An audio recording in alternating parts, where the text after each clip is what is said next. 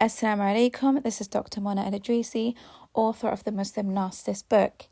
In today's podcast, I'll be speaking about the Narcissist smear campaign. Now, the smear campaign is a part of the narcissistic cycle of abuse, and it's basically when they try to destroy their victim's reputation in their family circle or in public. And this happens usually after a discard or after a victim walks away from them.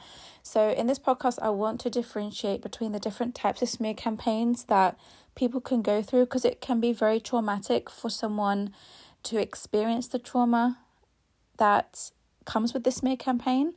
And I also want to explain how different people react to the smear campaign. So, like I said before in other podcasts, the narcissist victim could be codependent, another narcissist, or an empath. So each of them will deal with the smear campaign in different ways.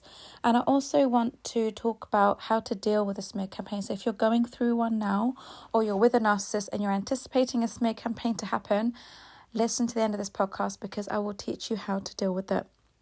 So a smear campaign is actually planned from the very beginning with a narcissist. Now, every narcissist knows that any relationship they get into with someone, whether it's a man or a woman, they know that inevitably it's going to end at some point. So either the narcissist will discard their partner, or their partner will end up walking away from them because they will get really fed up of dealing with abuse. So the narcissist already anticipates this. They already know that their intention for a marriage, for example, if we're talking about Muslims here, their intention for marriage is not for life, because they know they're not capable of maintaining a healthy relationship for a very long time. So from the beginning, they already know that even the love bombing is not a healthy part of a relationship. They know that they have to love bomb you to trap you. So it's never a healthy relationship with a narcissist. And they know that they're never capable of that. They're not capable of having any healthy relationship. So with that in mind, knowing that one day they will discard you and they'd have to look for a new source of supply, or that you would get fed up and walk away, they have to plan the smear campaign from the very beginning. How do they do that? So one of the ways in which they prepare for the smear campaign is that they try to reel all of your secrets out of you. Okay, they'll reel, and they will get you to open up to them, and sometimes they will open up to you. All of a sudden, you'll find a bombardment of all their secrets coming onto you, because they want you to feel that, they're being overly honest with you, they're being vulnerable, that, they're someone that you can trust. So they tell you about their childhood, they tell you about, bad things that they've done, and they say it in the way that, for example, I've done this, and I just want you to know because I never want to lie to you about anything, and I want to be honest, and I want to be upfront because I want this relationship, to last forever, and I want there to be trust between us. So they will approach you from that aspect and basically dump all of their past onto you. Some of it may be true and some of it may not be, but they will always play the victim in that scenario. They will always say, well, I have done these things, but it was because I had a terrible childhood. I had a mother who didn't love me. I had a father who didn't love me. And do you know what I mean? So they will open up to you in order to get you to tell your real secrets. Okay, so always bear in mind that when someone unloads all of their secrets onto you, they're not necessarily true. But when they get you to open up to them, you won't be lying to them, because now you're believing that everything that he or she has said is the truth. Wow, they've opened up to me. They've told me all these things about themselves that they wouldn't tell anybody else. And they'll tell you that too. They'll say, I've never told anyone this before. You're the only person I trust with this information. You're the only person I can feel comfortable talking to about all of these things. So now their victim feels very special. And it's usually an empath or a codependent at this stage. They're thinking, wow, I really want to take care of this narcissist. He's been through a really hard life, or she's been through a hard life. And now you feel compelled to tell them all your secrets. So you start to unload everything that you really shouldn't be telling them about your past, like things that Allah subhanahu wa ta'ala has kept hidden, you are now telling them because now you feel obliged to do that. Now that they've been open and honest with you, now you feel that you owe them the same back. So you start to tell them all your secrets. You start to tell them all of those private things that you don't tell other people, about your childhood traumas, about how your dad used to beat you, about how your mum never gave you love, and this and that and this and that. How your ex cheated on you, how your ex treated you badly. They're taking notes, guys. They are taking really, really extensive notes about what you're saying, because all of this is going to be used in the smear campaign later. They need something to either hold you into the marriage, they'll blackmail you with this information. It will always be used against you, I promise. I promise you, it will always be used against you. And if it's not used to keep you in the marriage or to blackmail you, it will be saved for the smear campaign, where they will threaten to expose your secrets to your family, your friends, and so on and so forth. So, for example, I have a client of mine, and she said to me, one of the most traumatic things that happened to her after she filed for a divorce from her husband is that he went and told her family that they used to be in a haram relationship, and her family never knew that. So he would bombard her parents with photos of them before they got married, just to emphasize that, hey, your daughter is not who she says she is. You know, your daughter's not the pious woman that you raised, and all of that. So that caused her a lot of trauma, because he used all of that against her when there was nothing else to use. Narcissists are like that, because when you do the same thing back to them in the smear campaign, and you tell everyone their secrets, because half of those secrets are lies, it doesn't affect the narcissist. They're just laughing, because they're like, well, it wasn't true anyway. What I said to her wasn't true anyway. So it doesn't affect them in the smear campaign. Do you see what I mean? So it's very important what you tell people in the beginning. There is so much information you do not need to tell anybody, because there is always a risk that someone will use things against you, and Allah subhanahu wa ta'ala has asked you just to keep those things hidden. If it's been hidden and it's between you and Allah subhanahu wa ta'ala, you are under no obligation to purge any information to somebody just because they've decided to tell you their secrets. That's their issue to deal with. If they want to do that with you, by all means, let them.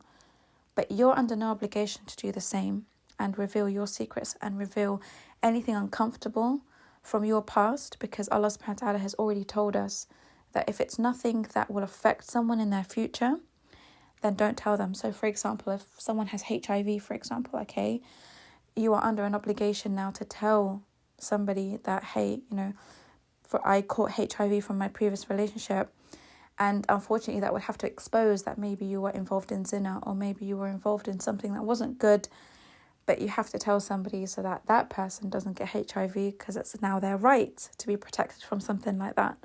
But if the person's future with you is not going to be affected by you withholding past secrets, you are under no obligation Islamically to reveal anything. So I just wanted to make that very clear, because so much of the trauma that people go through in the smear campaign comes from this. It comes from their secrets being exposed, okay? Always remember, you're dealing with satanic energy. You're dealing with Shaitan's army here, okay? You're dealing with his soldiers, and they will use anything to completely ruin your reputation and completely bring down your iman, your self-esteem, your self-worth, and make you feel like you're absolutely nothing. So there's a reason in Islam why we're not meant to purge our secrets and sins that we've committed. It's because of this. Sometimes our secrets can fall into the hands of the wrong people. So even when Allah has concealed them and forgiven them for us, this person now ruins everything by exposing what information we divulged to them because we trusted them. Okay, so please don't fall into that problem and into that situation and be conned into revealing information that you do not need to reveal. So that's the first thing I wanted to get out of the way. The second thing is, as I've mentioned before in podcasts, a narcissist can be with another narcissist. I'm going to do another podcast about what happens when two narcissists live together. A codependent, their victim can be codependent, or the victim can be empathic. Now, when a narcissist already plans a discard, so the discard is always planned with a codependent or a narcissist, not the empath. I'll come on to the empath in a moment.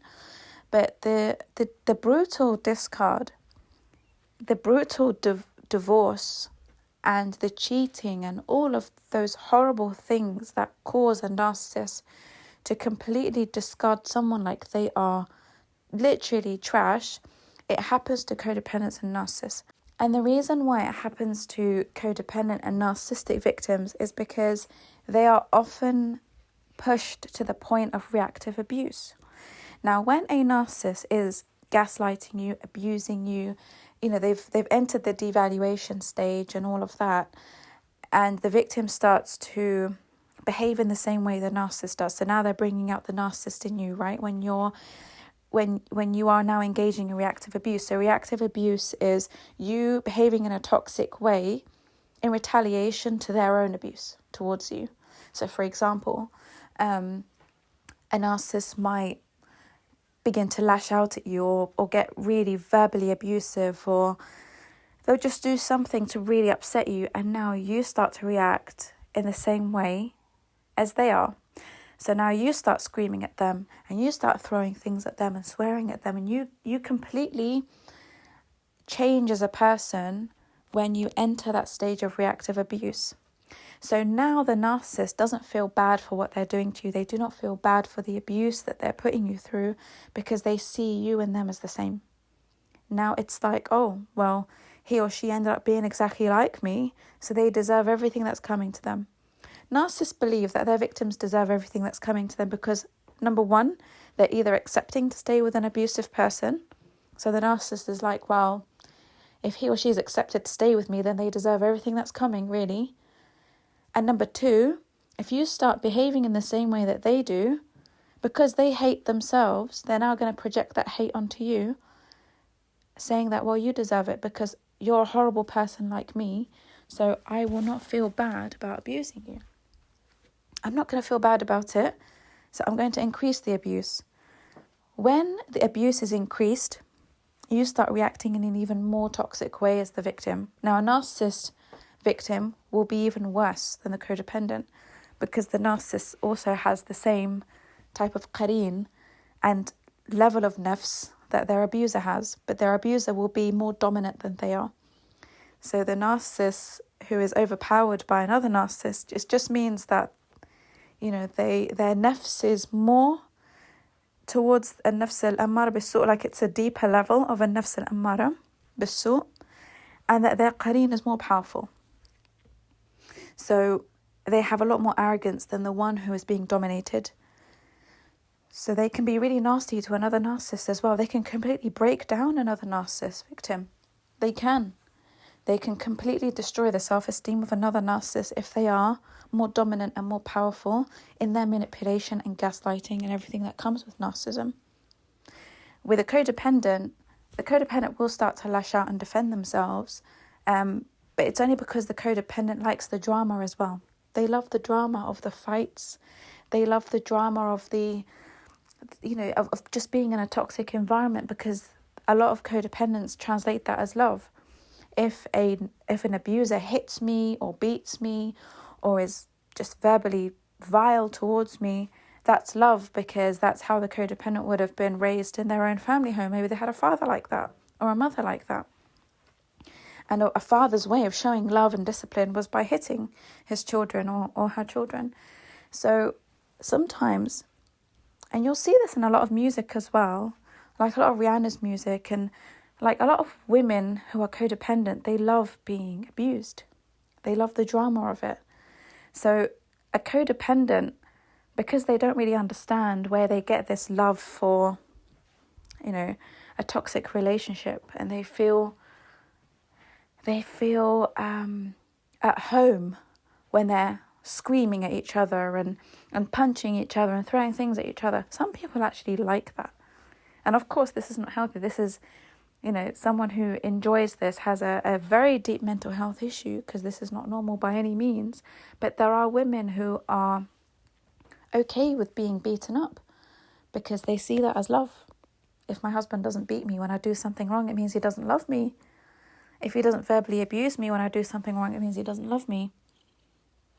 So a lot of women will go through that, and a lot of men will go through that as well. Like men who were treated so terribly by their mothers and slapped around and punched and humiliated and shamed all the time, they'll accept that behaviour from women too when they're older and as adults. For women, why do you think a lot of men stay in physically abusive relationships with women? There are women who actually beat men up. They beat their husbands up, and the men stay because they're used to that from their mothers when they were younger, growing up. You'd think, well, if he's a fully grown man, he wouldn't have accepted that. He would have divorced her and, not accepted being treated in that way. But he's normalised it because it was normalised when he was growing up. So this is something really important that I want to emphasise on as well, because reactive abuse, when it comes from a place of enjoyment, when the codependent really enjoys the whole toxic relationship, because it comes with the excitement of, for example, like make-up sex afterwards and things like that. The media and, modern movies and Netflix and all these series, they glamorize things like this. They glamorize make-up sex after a very toxic, argument or a very toxic fight, and then everything is okay after that. They sexualize it, glamorize it, so that the toxic relationship becomes exciting for a codependent. Now I'm talking about very heavy codependents here, codependents on the very high end of the scale who don't mind being treated in this way. There are codependents who lean more towards empaths. They would never accept that. But as long as you're a codependent on any level and a narcissist on any level, you're going to engage in reactive abuse. When you engage in reactive abuse, eventually the narcissist is going to take evidence from that. Okay, they're going to take evidence. So the narcissist now gets to a point where he or she doesn't care at all about your feelings. They believe you deserve everything that's coming to them.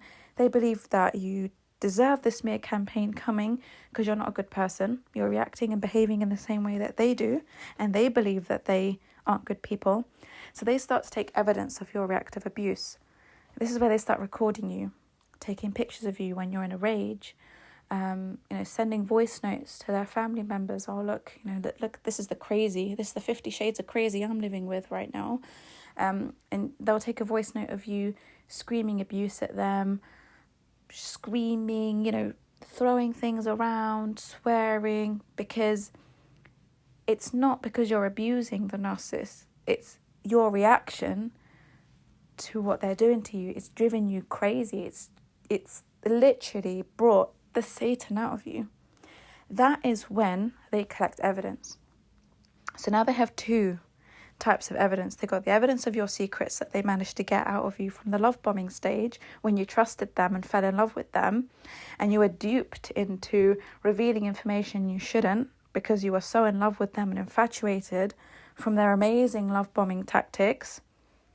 And then the second stage is the reactive abuse. So they get evidence from this because they know eventually they're going to bring out the 50 shades of crazy in you. They know they're going to do that. So during the time from love bombing until it gets really bad in the relationship, they know that they don't have to collect any other evidence until they push you to that level when they can come back and, with a bucket and collect all the evidence to show people in the smear campaign.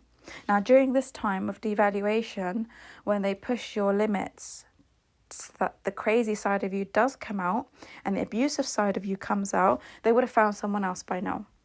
They've got another victim lined up. Their qareen, their qareen has helped them line up another victim. So they can afford to risk losing you at this point because they've got another person anyway. So now it just becomes a phase of enjoying how much they make you suffer. Okay, how long is it going to take for this to end? It's like when you have a cat and they catch a mouse And the mouse is being tormented because the cat's just playing with it. The cat's just playing with it. The mouse doesn't know. Does it want to eat me? Does it not want to eat me? The cat is just teasing the mouse, playing with it. And then eventually the cat will kill it. It will kill the mouse. But after the mouse has been completely traumatized by being teased by the cat, not knowing its fate, right? Not knowing if it can escape or not. So the narcissist is the same with their victim. They'll play and play and play in the discard phase because they're really enjoying seeing all this ugliness come out of you. Oh my goodness, this is prize show. This is front row, front row of a spectacular show that they've been waiting for a very long time to see. Your 50 Shades of Crazy. Oh, they want to see all of that come out and they want front row seat with popcorn. They want that. So if they can let it drag out for as long as possible, they will. Until either you put an end to it or they just get bored and they just kill the mouse. They get bored of playing and like, you know what, I'm getting bored of this now. I need to move on to something else. And they'll kill the mouse at that time. When I say kill the mouse, that's the discard. You know what, adios, inti taliq, or whatever it is that they do to brutally discard you. That's the killing of the mouse. And then they move on to something else. And then, because the abuse doesn't end there, when a narcissist or a codependent gets brutally discarded, they are mad now. They are super mad. How dare you, narcissist, discard me after everything I've done for you, after everything I've put up with, after everything I've gone through, after everything you know about me, after everything I've sacrificed for you. I left my family for you. I fought my family for you. I moved countries for you. I gave you all my money. I did this. I remortgaged my house. Whatever it is, it comes out then. The anger. So you are now after the narcissist. That codependent or that narcissist is after the person who discarded them. Now, sometimes it can be revenge. It can be anger. So the code, especially when it comes from another narcissist. So if the victim is another narcissist, let's just say, hypothetically speaking, the abuser was a man, a narcissistic man, and the victim was a narcissistic woman. Now, what this narcissistic woman will do, she will be out for revenge. That's the type of woman who will go and smash the car up, go to his workplace and scream and say, oh, he's an abuser and he attacked me. She might go to the police and pretend that, she's been attacked by him, she's been raped. That's what a narcissistic woman will do. She will cut herself, take photos and say, he did this to me. Now the narcissistic woman is out for revenge on the abuser after discard. Like, how dare you discard me? You think you can play that game on me? Watch what I'm going to do. She's the first one who's going to scratch his car and smash his windows and everything. She might even throw bricks through his house windows. That's the narcissistic woman. That's how a narcissistic woman will react after a discard. Now, a codependent is different. A codependent will beg. Okay, a codependent will go into a depression. They will beg. They will cry. They will want answers. They will chase the narcissist. They will chase and chase and chase the narcissist. Now, during this time, when you're chasing the narcissist or when you're taking revenge on a narcissist, the narcissist will use the evidence that he has saved or she has saved in the smear campaign to completely destroy your name because they believe you deserve it. So if you're chasing them, what they're going to do is play victim and they'll say, look, she abused me and she's still chasing me. Why won't this woman leave me alone? He'll show people recordings of you, toxic texts that you've sent, those long paragraphs of toxic words and toxic, everything toxic in that. He'll show everybody those messages, private photos of you, and he'll say, can you see the type of crazy I've been dealing with?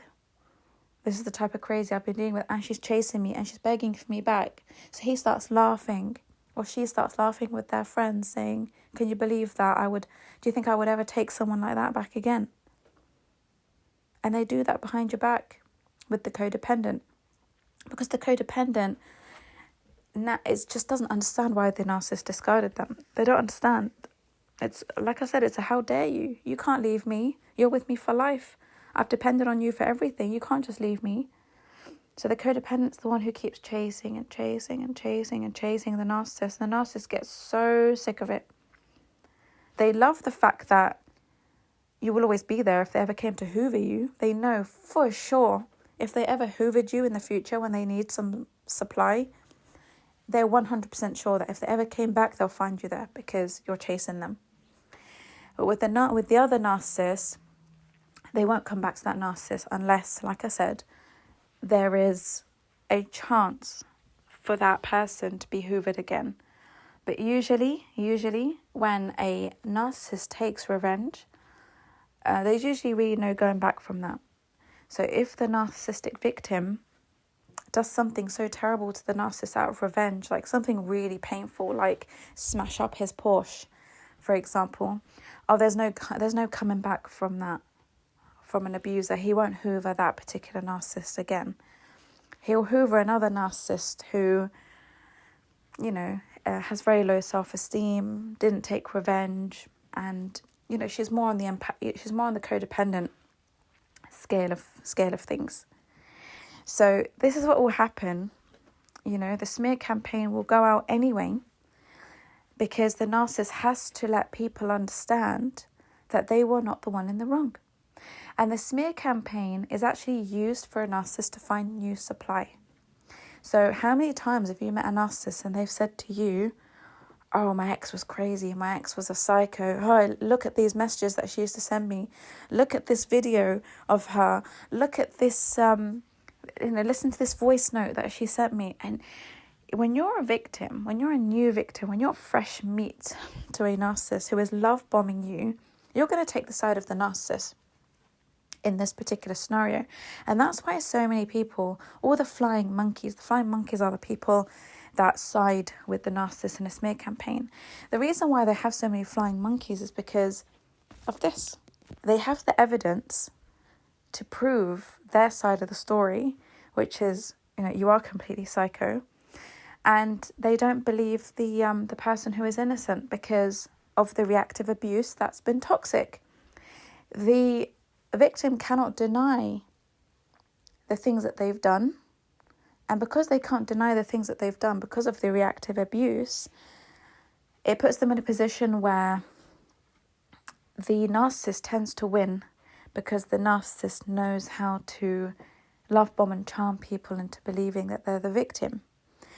And the main reason why a narcissist has to play victim is because if he or she doesn't play victim, it's going to be very difficult for them to find new supply. So if everyone knew that a narcissist was a toxic person, a criminal, he beats women, involved in domestic violence, all that kind of stuff, no one's going to go near him or her. No one's going to go near them. So it is absolutely critical for them to play the victim in this scenario. And that's how they get sympathy from new supply. Oh, poor me, I'm a single dad, I'm a single mom. My ex has taken my kids away from me, not knowing that the ex has taken away the kids because of everything that man has put her through or put him through. So now you start to sympathise with the narcissist as the new supply. You're thinking, I can, with the evidence that he's showing you of texts and stuff, you're like, actually, yeah, I feel sorry for this guy. You know what? I'm going to give you everything that your ex didn't. I'm going to make it up to you. I'm going to love you and take care of you. I'm not going to be anything like your ex. He's like, perfect. This is exactly what I wanted to hear. This is exactly what I wanted to get out of the situation, out of this smear campaign. This is what I wanted to get out of the smear campaign. A new supply, and not only new supply that has sympathised with his or her situation, and now they want to please the narcissist and prove that they are a better candidate, a better partner. So can you see how the smear campaign it really works in the favour of a narcissist when they have that evidence and reactive abuse? It's because It's easier to fool new source of supply when they have evidence of your reactive abuse. Now the new supply is going to believe you. Now their families and your family too are going to believe them because there's no denying the evidence that they have, but it's been taken out of context. The evidence has been taken out of context here and used to manipulate. And also, like, one thing that I really want you to understand about the smear campaign is that everything as well that they accuse you of that's not true about you is actually a projection of what they did to you. So if you really listen carefully to what's being said in the smear campaign, they are confessing. It's a confession of everything that they did to you. So for example, if they are telling everybody that, oh, you cheated on them when you never did, you hit them, you beat them, you did this to them, you did that to them, they're actually confessing everything that they did to you. It's their way of getting it off their chest because they've kept it for so long inside, all this ugly behaviour that they've been doing. They have to get it out, and they get it out in the smear campaign. They feel better when they get all of that out off their chest.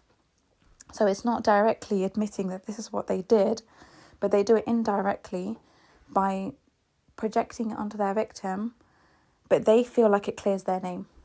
It clears their conscience of everything that they did to you. It's done in a very weird way, but they feel like they're almost at peace when they can unload in an indirect way so they can move on with their lives. Okay, remember that at the end of the day, like I said, this is satanic energy you're fighting against. Satanic energy will do everything that they, will do everything in its power to bring down the reputation of people so that you're isolated, you're stigmatized, you're judged by other people. No one's going to want to marry you. It's going to be hard for you to move on. You're going to be traumatized. You're going to be depressed.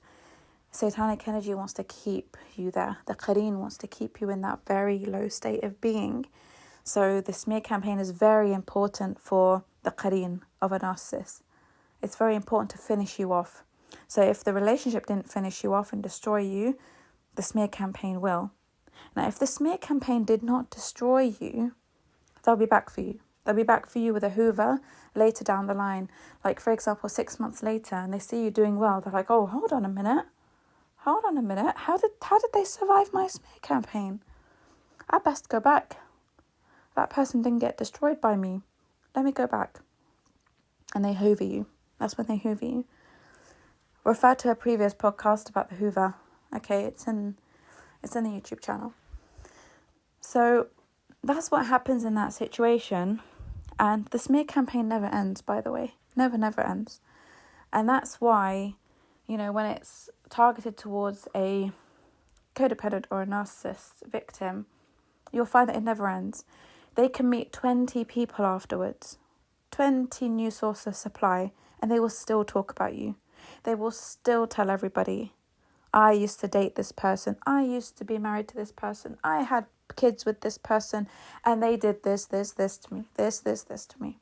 20 years later. That's why fighting a smear campaign doesn't work.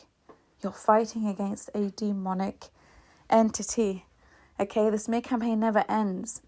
And that's why it's pointless fighting it. The only time I encourage people to defend themselves is when it's in court.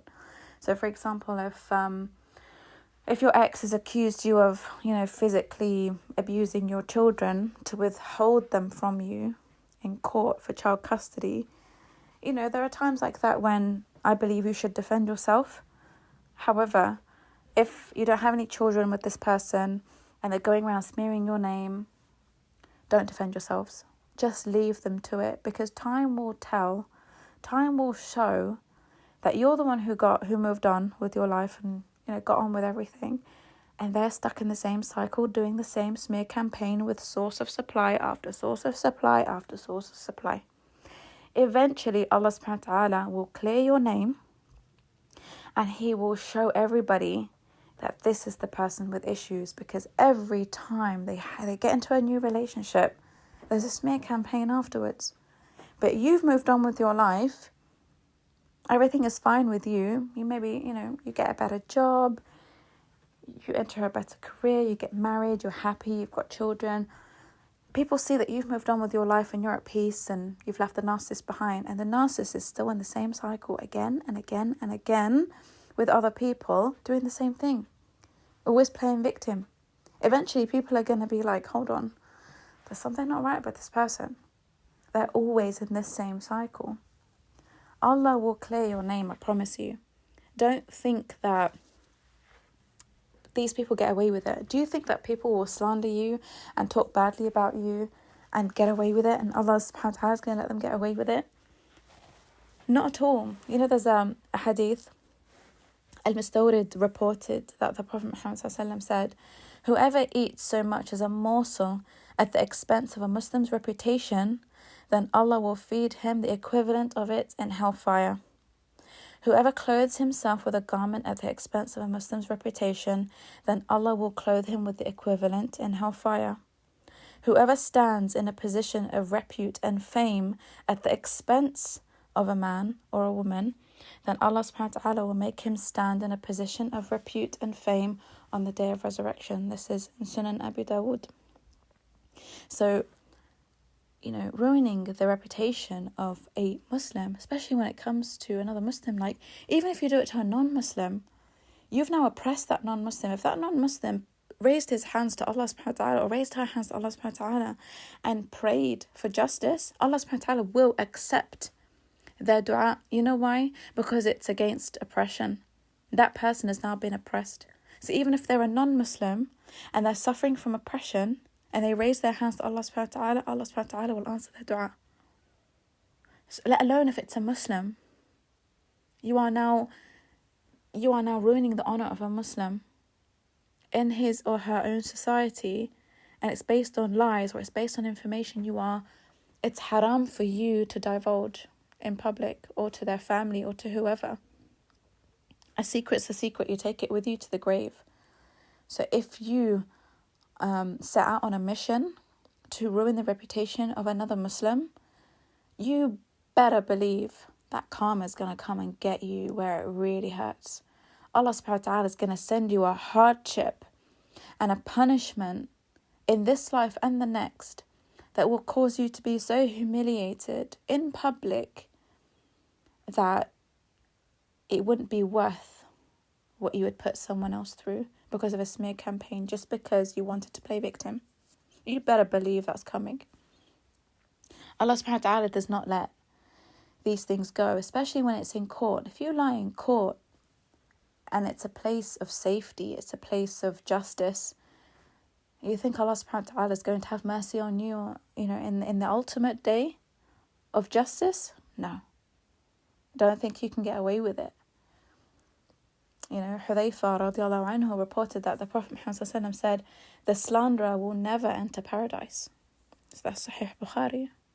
The slanderer will never enter paradise, especially the one who slanders the chastity of women, the chastity of Muslim women. So if a man is going around saying, oh, my ex-wife had an affair with this man or that man, and she never did, and you know that she never did, it's one of the gravest major sins, the gravest that you can commit against a Muslim woman.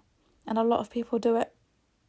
Unfortunately, so many people, I hear it all the time. Oh, my ex-wife did this, my ex-wife. Even if she did, you are obligated as a Muslim to shut your mouth about it.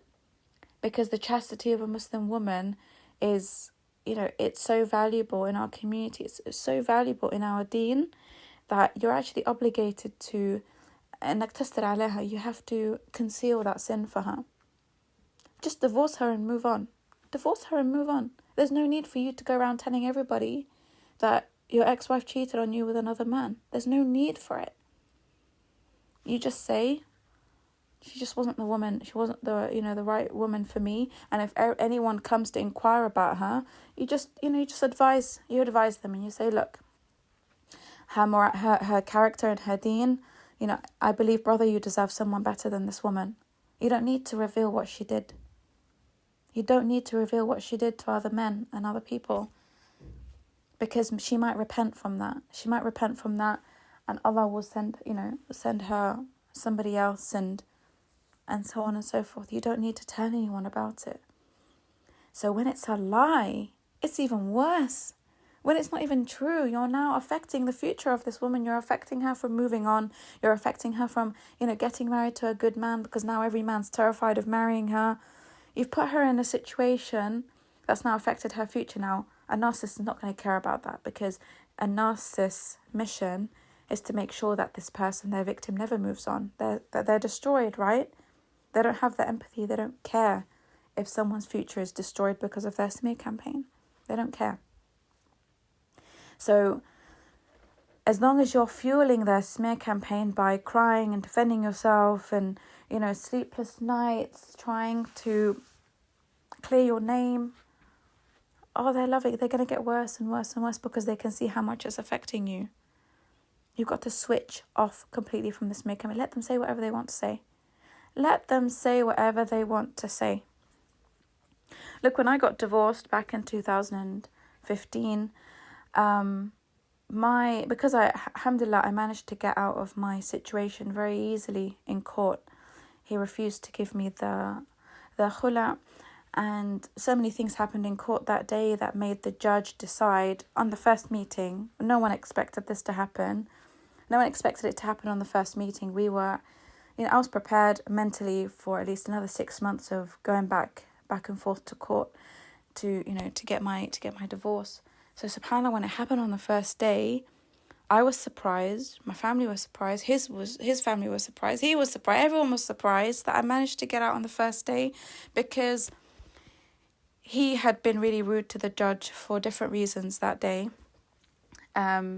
He felt exposed by the reasons that I had given the judge. He got really angry. He started swearing at the judge, and the judge said, "You know what? If you can talk to me like that, then how have you been treating her behind closed doors?" So the judge issued a fasq, an immediate termination of the marriage, and he divorced me from him. Now, after that instance of what happened, there was a smear campaign. He started a horrible smear campaign against me, saying that, there must have been something between her and the judge and all sorts of stuff. I left him to it because I found it funny. That I didn't find it traumatic. I found it funny, and I found it pathetic that he would even say things like that just because he didn't get his way, just because he felt that he'd lost the case, or he'd lost hold of what he wanted to gain out of the situation. So he started a smear campaign, and I just made an active decision to just completely switch off from it. I didn't defend myself. I didn't get upset. I didn't explain myself to anybody. I was just so happy to be out of the situation. I went and prayed 2 rak'at shukr to Allah subhanahu wa ta'ala. Thank you, Ya Allah, for getting me out of this situation so quickly and so easily, because it was Allah subhanahu wa ta'ala that made him slip up in court. The same way I've seen it happen to so many other people in court. They slip up in court all the time. They will say something that contradicts everything that they've been saying before. They will say something that is detrimental to their case. Allah subhanahu wa ta'ala will always get the victim out. And that's what happened to me. I was just so happy to be out of it. I left him to say whatever he wanted to say about me. He could have told everyone I was the Dajjal himself. I couldn't have cared less. I really didn't care. Because I was just so happy to be out. And I knew that if I fed this smear campaign at the time, it just would have given him that satisfaction that he's hurting me and affecting my life. So you've got to cut yourself from the smear campaign. Even if the in-laws get involved, even if the community gets involved, move if you have to. Move if you have to. Stop associating yourself with other people if you have to. But cut yourself from it. Detach. Because the smear campaign never ends. And every time they see you do well in life, the smear campaign gets flared up. They hate it. They really hate it. The jealousy and the envy, it kills them. It eats them alive. Let them get on with it. Let them say whatever they want to say. You have you've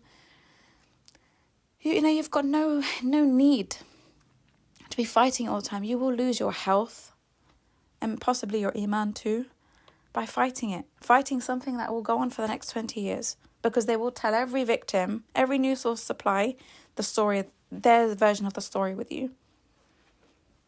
Do you see what I mean? So it will get flared up. It will get flared up and reignited every time they meet a new person and they have to tell them about how they were the victim and how you were such an awful person to them when they were married to you. And second of all, every time they see you do well or they get glimpses of you doing well in life, it reignites that need to destroy you again. So you'll never win. You'll never win against a narcissist smear campaign. Let them get on with it. Allah subhanahu wa ta'ala will clear your name. Move on with your life. Do great things with your life. Forget them. Just forget about them. You have to completely forget about them. Now, I want to come on to the empath. Okay, so I've spoken about the narcissist victim and the codependent victim. So now I want to speak about the empath victim. Now, with the empath victim, the narcissist is in a dilemma, a big dilemma, because they know they don't meet people like you very often. You are the person who, you're just wonderful. You're a wonderful person. You treat them so well. You're not toxic. You're healthy. You're healed.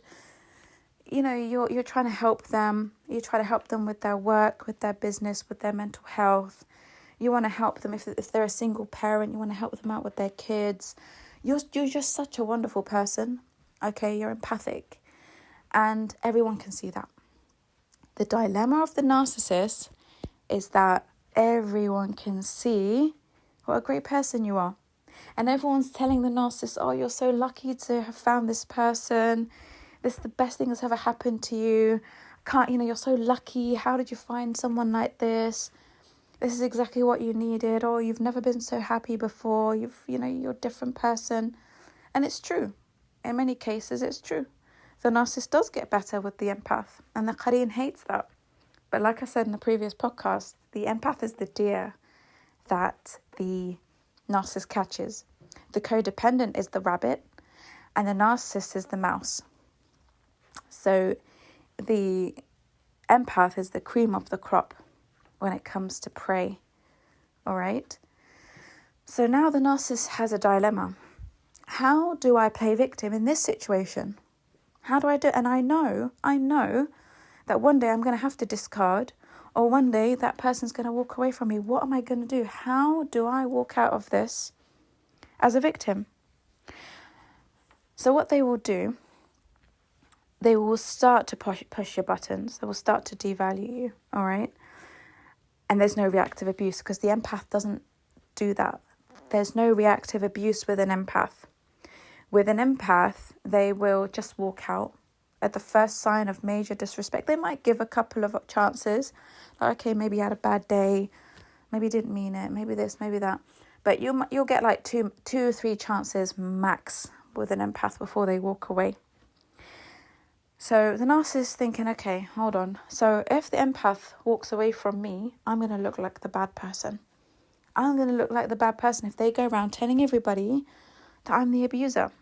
Who is going to want to be with me after that? It's going to be too hard to get a new source of supply. So I need to start working on the smear campaign from now. When I say from now, I'm talking about from the very beginning of the relationship. So now they've established that you're an empath. The moment they establish that you're an empath, that you're not toxic like the narcissist, and you don't have mental health problems like the codependent, you're a completely different caliber of person.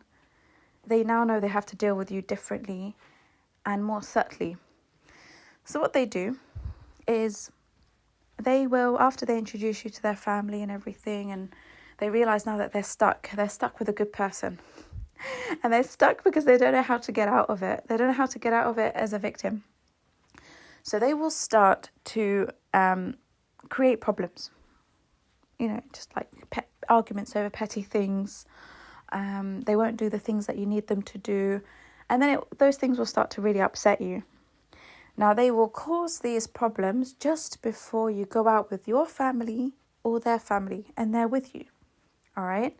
So, for example, you've got a day out with his family or her family, and you've just had an argument in the car. He will do that deliberately in the car because he wants you to meet his family upset. So you go to spend the day out. You're really trying to put on a happy face because you're with his family. You want to have a good time. Maybe you've got kids. Maybe kids around you, whatever. And you don't want to spoil the day by dumping your problems onto his family. But the family will notice. They'll say, hey, is she okay? Like, is your wife all right? She just seems a bit upset. You know what he'll say? He'll say, oh, she's always like that. She's always like this. You know? She's always moody. I'm always dealing with this at home. She's never happy with anything that I do. You know, we're always having arguments and she's always in a mood. So his family find it a bit strange. They're thinking, oh, that's a bit odd. She seems like a very pleasant, sweet girl. You know, let's talk to her. Let me talk to her. So if he's talking to his mum, again, this applies to men and women, okay? I'm just using a man here because it's just easier to explain it from this perspective. So his mum will say, oh, let me talk to her. You know, let me talk to her and, you know, see what the problem is with her. He'll be like, no, Mum, I'm telling you this in complete confidence. It's a secret. No, I don't want you getting involved in my problems. I don't want you telling her anything. I don't want you to let her know that I've spoken to you about this today. She'll get upset.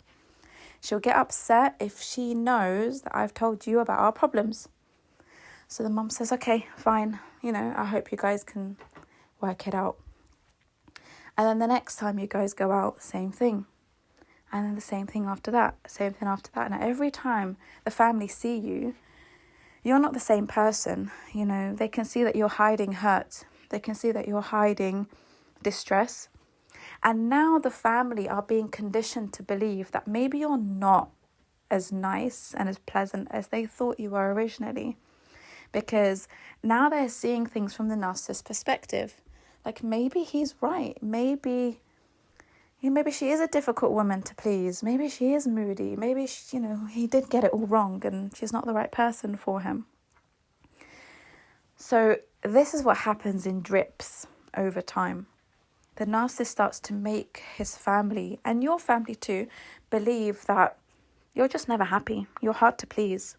And it's the narcissist who's dealing with it, putting up with it, because the narcissist loves you. So the family might ask him, why are you still with her then? And you're like, oh, but I love her, Mum. I love her and I want it to work out and this and that and this and that. So he's painting a good picture of him as a victim, him as a good person, and he's the one putting up with you.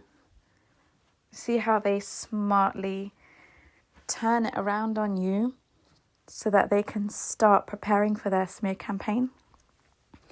So anyway, some people will believe it and some people won't. Because those people who really know you very well, they're not gonna believe that it's all you, because they know how lovely you are, and they think, well, if she was that bad, then why is he still with her? Why didn't he just leave? So some people will think that way. They will think, well, it must be my son or it must be my daughter. It can't be them, because they're so lovely to us. Like when that woman is with his family alone, they're wonderful. They have a great time and they see that beautiful side to her. But whenever he's there, he's quick to paint her as somebody who's difficult. So anyway, time will pass, and then you just start getting really fed up, really, really fed up of having to deal with this narcissist. You're the empath and you're thinking, why am I putting up with this? I deserve so much better than this. I think I'm going to duck out. I think I'm going to call it a day and leave the situation that I'm in. And the narcissist is waiting for this. This is why they do the reverse discard on the empath. The reverse discard happens when they push you out of the relationship without ending it with you. So they will do things that make you feel like they don't want to be in the relationship. And I've explained this in another podcast, so I'm not going to explain it all again here, why the qareen makes them do that. So they're now working with the qareen. Well, the qareen is actually giving them orders as to why they need to do the reverse discard. Please refer to my previous podcast about if a narcissist feels bad about what they did to you to understand this podcast. So they do the reverse discard on the empath. So the empath will feel like, well, this person doesn't really want to be in a relationship with me. I'm going to leave. So by this time, the narcissist has already conditioned everybody to believe that you are the one who doesn't want to be there. You don't love him as much as you say you did. You don't love his family as much as you say you do. You don't love his kids as much as you say you did. So you decide to leave. Now, when you leave, you'll find two types of people. The first type of people will be, what did he do? What did he do to make this woman leave? Like, you're in a fantastic situation. She's such a lovely woman or such a lovely man. Why is she leaving? Why don't you go and fight for her? Why don't you go and fix the relationship? He doesn't want to hear any of that, because he's got a spiritual disorder right now going on that he can't, the self-sabotager part of the narcissist is really going into full swing here. He can't do anything about it. He has to let you go because of the qareen, okay? And at the same time, he's worked so hard now to paint the picture of a victim. So he's going to shut down everybody who questions him in this way. Why don't you run after her and fight for her? Why don't you do this? Why don't you do that? Why don't you fix it for the sake of your kids? Why this? Why that? He doesn't want to hear that because it's shame. You're making him or her face their shame in having to let someone so great go and having to fabricate a story of you being the victim, okay? So anybody in this situation who stands up against the narcissist and tells them you're a fool to let this person go, you're a fool this, you're a fool that, they will cut them off. They will cut them off. And that's why some narcissists can go for months and months without seeing their family members who are really upset at the fact that the good person walked away. Like, why don't you run after her? Why don't you run after him and sort it out? So as long as the family members and the friends are saying this to them, he's going to cut them off. And if he's got children, he will not allow his kids to even see their grandparents, and he won't let his kids see, their aunties and uncles, because they're all telling him that he's a fool to let you go. It's how they punish the people around them for not supporting their smear campaign. Because the narcissists in this time, when you walk out, they're crying, they're pretending to go into a very deep depression, and they're already trying to find somebody on the side. They're already looking for new source of supply while they're faking this whole drama show of being depressed and crying and being suicidal. And they might turn to drinking if they didn't drink before. They might start smoking again if they quit before. All of that to make everyone worry. They want the family members to worry and to support their smear campaign. They want everyone to say, oh, a horrible person, this woman is or this man is for leaving. We thought they were so nice. We turned out to be wrong.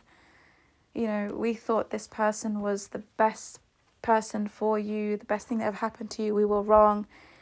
So the narcissist will put on a drama of being so depressed until he gets everybody on his side feeling sorry for him. And sometimes it takes a narcissist to actually pretend to be suicidal to get his mum back on his side and to get everyone else back on his side, because now they're worried about him. The focus has now shifted on this narcissist who is now suicidal. And it's not real. They're just faking it because they need to distract everybody from focusing on you as the good person. He or she now needs to divert all the focus onto looking at you as a victim and shaming you for what you've done to the narcissist. Like, how could you walk away from him? Can you not see the state that he's in? Can you not see how depressed he is or she is? She's suicidal and you don't care. The empath walks right out. The empath doesn't care. They're like, well, if you cared about me that much, if you knew you would be suicidal if I walked away, why didn't you treat me better? Why didn't you treat me better? So a strong empath will just walk away. They don't fall for it. They don't fall for this whole depression drama, because the empath is logical, and the empath, like I said, they ask themselves, if you knew you'd be suicidal, why didn't you treat me better? It's all a show. So the empath will walk away. And when the empath walks away, it confirms the narcissist side of the story, that you really are the one who's not very nice. So all the flying monkeys and all of the people who supported you before now support the narcissist in their victim stage, while the narcissist is looking for other sources of supply. And that's what happens. Now, in this situation, I would say that the narcissist does feel bad because they know that they've done something really unfair to you. They know that. So the smear campaign is not going to be widely public. It's just going to be a sneaky, slimy smear campaign amongst his family or her family and their mutual friends that you guys may have had. It's not like a massive public display of, of slander, like the other type of narcissist with the other types of victims. With the empath, because he knows what he's doing is wrong, or she knows what she's doing is wrong, they don't let the smear campaign escalate so much. They do it just amongst their own friends and family, and they'll just tell them things that maybe aren't true, or like I said, they will tell them things that were true. Like, for example, she didn't want to be with me, or she wasn't happy, she was never... And it's true, because when you're in the devaluation phase, you're not happy, you always have a problem with what they do. So that's what happens in that situation with the empath. And again, with the empath, once they go through a smear campaign, 99% of the time, a narcissist will not get an empath back after all of that. Because the empath will hear from somebody out there, like, hey, is it true that you did this to him or you did that to her? Is it true? And you say, well, no, where did you hear that? It's like, oh, this is what he's been telling everybody about you. Now, when an empath hears that, and then the narcissist comes to hoover them like a year later or 2 years later, they never forget that smear campaign. They never forget the lies that were told about them, and they never let that narcissist back in. So when an empath walks away from a narcissist, very rarely does a narcissist come back knowing that or expecting that they would be let back in. And that's why the narcissist rarely hoovers the empath, because they're ashamed of the smear campaign that they unfairly, carried out on you. But they will always hoover the narcissist and the codependent ex because it's easier. It's much easier. They don't feel bad. There's no guilt there. But there is guilt with the empath, because they had to fabricate a way out, and they had to fabricate a way of coming out of the situation as a victim. And that's why I say to a lot of people, don't believe the whole depression drama that you see when you walk away from a narcissist who treated you so badly. It's just a ploy to play victim. Don't fall for it. It's done there on purpose, because if you chase the narcissist after seeing that, it just confirms to everyone else what they're telling them about you. So like, you see, if I was the one in the wrong, why is she chasing me? Why is he chasing me? If I was the one who was the abuser, why are they coming back? So don't fall for the depression, because they want you to hear about their depression, to ignite your care for them and then come and check on them. So that they can tell everyone else, well, see, she came to check on me, she still cares about me, so I can't be the abuser. I can't be the abuser. Why would she come and check on me and care about me if I abused her all this time or abused him all this time? So don't fall for it. If they go through a depressive phase, let that be their problem. It's their problem to deal with, but they will try to ignite the guilt trip. They will use the guilt trip on you. Only for that reason, not to have you back, by the way. It's not to have you back, because the qareen won't let them have you back. Okay? When they let you walk away, believe me, they need you to walk away, because that qareen is tormenting them. But when they put on a show of being depressed and suicidal, the only purpose behind it is to show people that when you come running back because you feel so bad for walking away, and they make you feel guilty, the only purpose of that show is to show everyone else that you're the one who came running back, which means that there's nothing wrong with them. So when they go onto a new supply, they can say, she walked away from me, but when I was in my low moment, she kept coming round. She kept calling me. She kept this, she kept that. So now they triangulate you with the new supply. And when they triangulate with you with the new supply, they make the new supply jealous of you, because they tell the new supply that the ex still wants them. The ex still wants them back, so now it makes them look even more important to the new supply. And the new supply gets jealous and they work harder to please the narcissist. And, I'm going to be better than your ex, and forget about your ex and block her and this and that, because he wants it to look like, because he's showing that he's depressed, the ex keeps coming back out of care to check up on him. And the new supply is, she's got confirmation, or he's got confirmation that he's actually a good person, because the ex keeps coming back to check on them, and they feel guilty and they feel bad for walking away. So now it's triangulation. There's triangulation going on here, because he needs to make the new supply look like you're still chasing him. And that gives her confirmation that he's not the abuser. So she trusts him, and the whole cycle starts again. And that new supply could be codependent or narcissist. Whole cycle starts again in whatever way I've explained it in this podcast. Do you see what I mean? So it's just really important that people understand this cycle. It's a planned cycle that happens with every single narcissist. Even if you never hear of the smear campaign that they do on you, believe me, they do it. They have to do it, because a narcissist always has to come out a victim. Always. They might just keep it between them and their families. You might find it plastered all over Facebook. Oh, don't marry this person. She did this to me. She did that to me. You might find it plastered over Instagram. You might hear it from mutual friends or relatives. But I'll tell you something now. The smear campaign, one of the good things about the smear campaign is Allah subhanahu wa ta'ala will reveal to you who really knows you and who doesn't, and who has your back and who doesn't. Because I promise you something, right?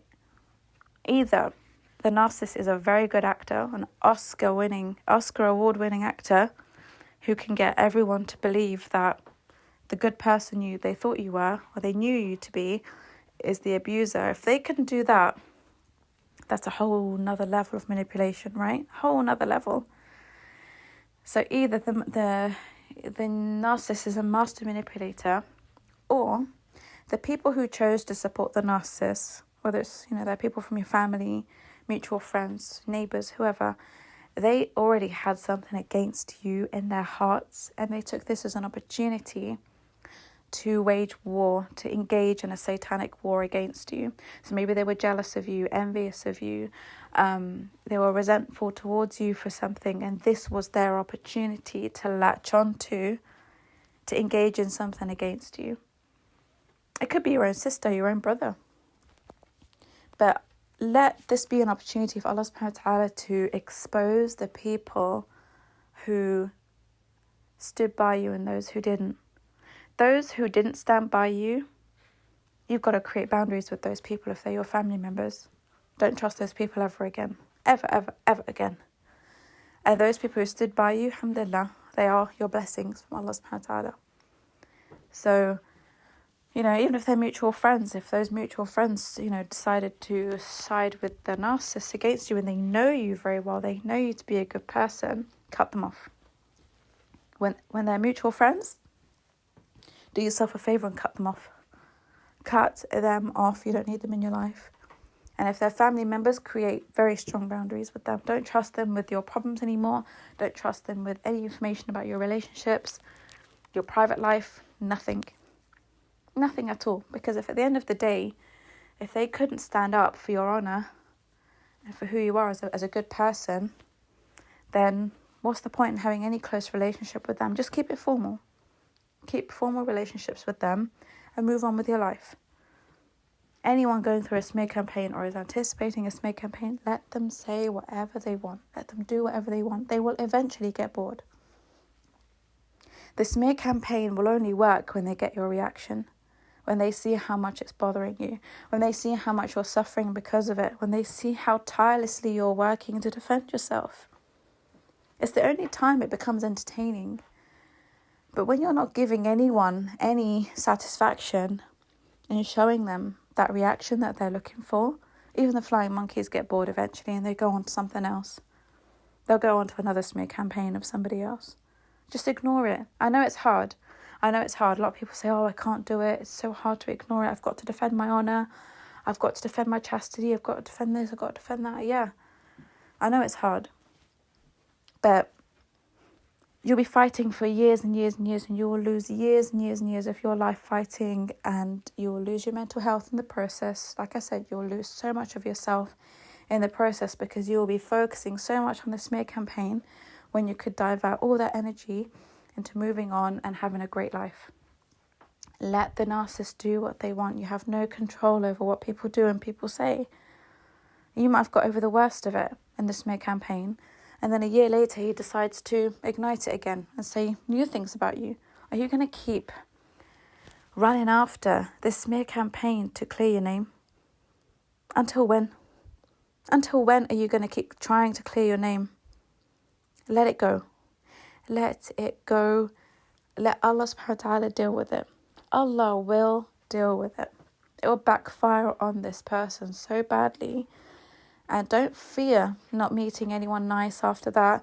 Don't fear not getting a good job after that. Don't fear anything. Allah subhanahu wa ta'ala will give you what's always been written for you. What has been written for you of good, of rizq, is never going to pass you by. No narcissistic smear campaign is ever going to stop that. Never going to stop that. Because Allah subhanahu wa ta'ala knows it's oppression. This is a form of oppression against you. Okay, always remember that the narcissist smear campaign is not powerful enough to stop your rizq from coming to you. So if you're worried about not finding a good wife after a public smear campaign against you and it's all false and vice versa, don't worry. If a good person's been written for you in this dunya, you'll get that good person. That good person will still come to you. It's got nothing to do with the smear campaign. Don't think that the narcissist is that powerful. Don't give them that power over your future. They don't have that power. It's all in your head. Let them say what they want. I promise you, the less you focus on it, the less you fear it, because they see that you fear the smear campaign. They see that you fear what they're going to say, what they're going to do. Just show them that you don't care. Tell them, say whatever you want. Good luck with your life. I'll meet you on the day of judgment and I'll take my rights from you for all the slander, the false slander that I've been through. And you know what? You're going to do me a huge favour by showing me who I need to get rid of in my life as well. Whoever stands with you, I will know who to get rid of.